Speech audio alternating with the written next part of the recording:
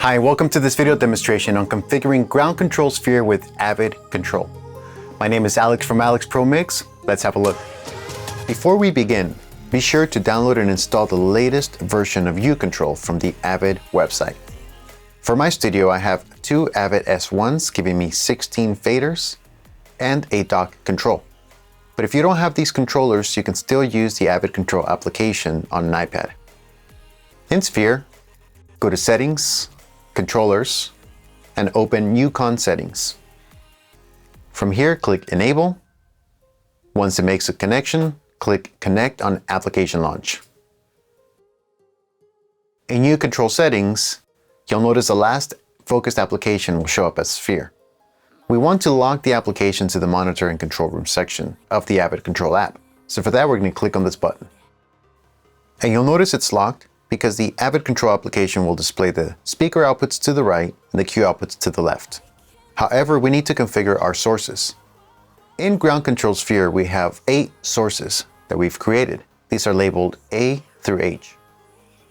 So how do we get these sources to display on the Avid Control application? It's actually quite simple.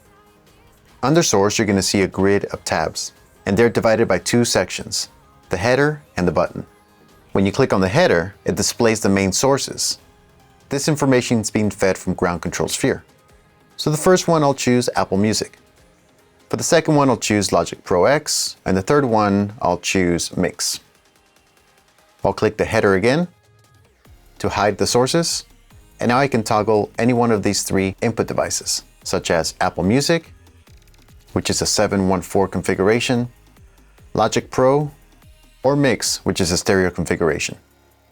If you want to add more sources, simply click on the header and choose your source. Or if you don't want any more sources, just click on None.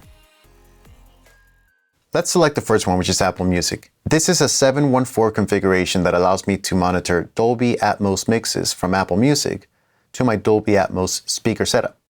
Under Speaker Selects, I can solo any one of the speakers. If I double click on the tab, I can also rename it. Stereo sources will only display 2 channels, left and right. To the right of the application, I can select my output. So I can choose Main, Alt-1, or Alt-2. And this corresponds to the outputs on the Ground Control Sphere. And on the left, I have access to my cue outputs, which are headphone outputs. Again, I'll click A and choose my cue sources. I can select multiple or 1. I can hide it.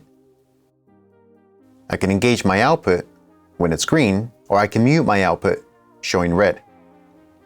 I can adjust the volume for my headphones, and I can mute them. Let's go back to the output section, because you have a couple of other options here. You'll notice a TalkBack mic volume control. This allows you to adjust the volume for your TalkBack mic, and you press a button to talk.